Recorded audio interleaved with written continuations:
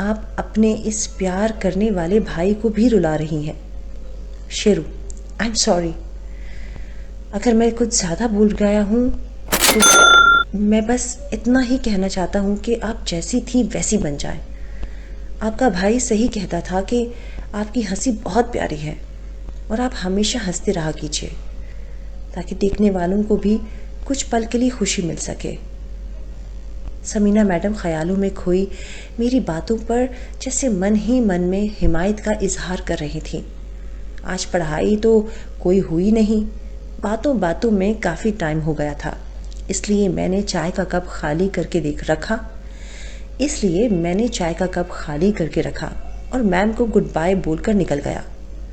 میم میرے جانے کے بعد بھی میری کئی باتوں پر ہی سوچتی رہیں۔ اگلے دن فری لیکچر میں فراز کے ساتھ CCTV آپریٹر سے ملا اور اس نے ہمیں ریکارڈنگ دکھائی۔ آڈیٹوریم والا کیمرہ تو بند پڑا تھا، اس لیے میں نے اسٹاف روم والے کیمرے کی ریکارڈنگ دکھانے کو کہا۔ اسٹاف روم میں کیمرہ باہر کی طرف لگا ہوا تھا جو کوریڈور کی ریکارڈنگ کرتا تھا۔ ریکارڈنگ چیک کرتے ہوئے میں نے سمینہ میڈم کے ساتھ شائستہ کو باتیں کرتے ہوئے دیکھا تو میں حیران ہو گیا۔ میڈم شائستہ سے بات کر رہی تھیں اور جاتے ہوئے ان کے ہاتھ میں کچھ پکڑا کر گئی۔ شیرو من ہی من میں، اس کا مطلب شائستہ نے میری مدد کی، مگر وہ تو اس دن ناصر کے ساتھ کھڑی تھی۔ اگر ناصر نے میری مدد کی ہے تو اس کا مطلب وہ ناصر کے ساتھ نہیں ہے۔ اگر شائستہ نے میری مدد کی ہے تو اس کا مطلب وہ ناصر کے ساتھ نہیں ہے، مگر اس نے میری مدد کیوں کی؟ ناصر کو شاید پتہ نہیں ہوگا کہ شائستہ نے میری مدد کی ہے۔ جب اسے پتہ چلے گا تو وہ شائستہ سے اس کا بدلہ لے گا۔ اگر میں پتہ لگا سکتا ہوں تو شاید ناصر نے بھی اب تک پتہ لگا لیا ہوگا۔ مجھے پتہ کرنا چاہیے شائستہ نے میری مدد کی ہے، میں اسے کچھ ہونے نہیں دے سکتا۔ شیرو، بھائی کیا یہ ویڈیو کسی نے پہلے آ کر دیکھی ہے کیا؟ اور آپریٹر، نہیں، مجھ سے تو کسی نے نہیں پوچھا۔ ایسا کیا ہے اس میں؟ شیرو، بھائی پلیز اب ویڈیو میں سے اتنا حصہ ڈیلیٹ کر دیجئے۔ آپریٹر، میں ایسا نہیں کر سکتا، اگر کل کو کسی نے مانگ لی تو میری نوکری پر بات آ جائے گی۔ شیرو فراز سے، بھائی پلیز آپ ان سے کہیے کہ اتنا حصہ ڈیلیٹ کر دیں، بس 5 منٹ کی تو بات ہے۔ فراز، مگر اس کی ضرورت ہی کیا ہے؟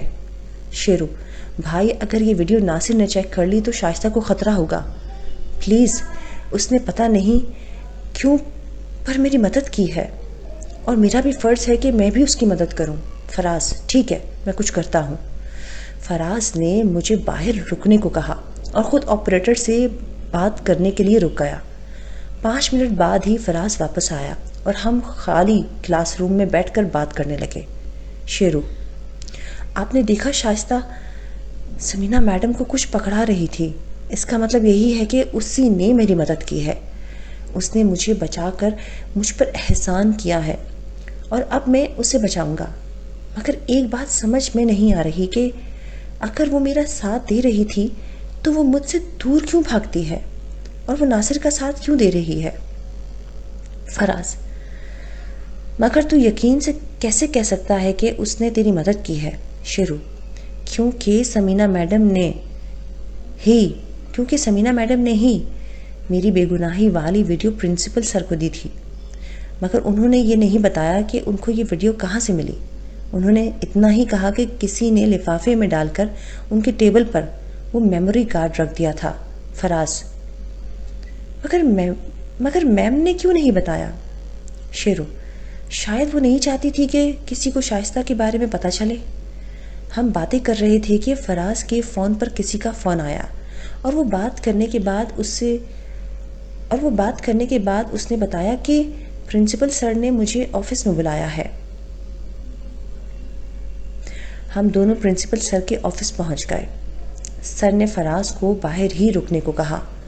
آفس میں لائبہ، پروفیسر رفیق اور ایک اور انکل آنٹی بھی موجود تھے۔ پرنسپل، آؤ شیرو بیٹھو، ان سے ملو، یہ ہے لائبہ کے والدین اور یہ تم سے کچھ بات کرنا چاہتے ہیں۔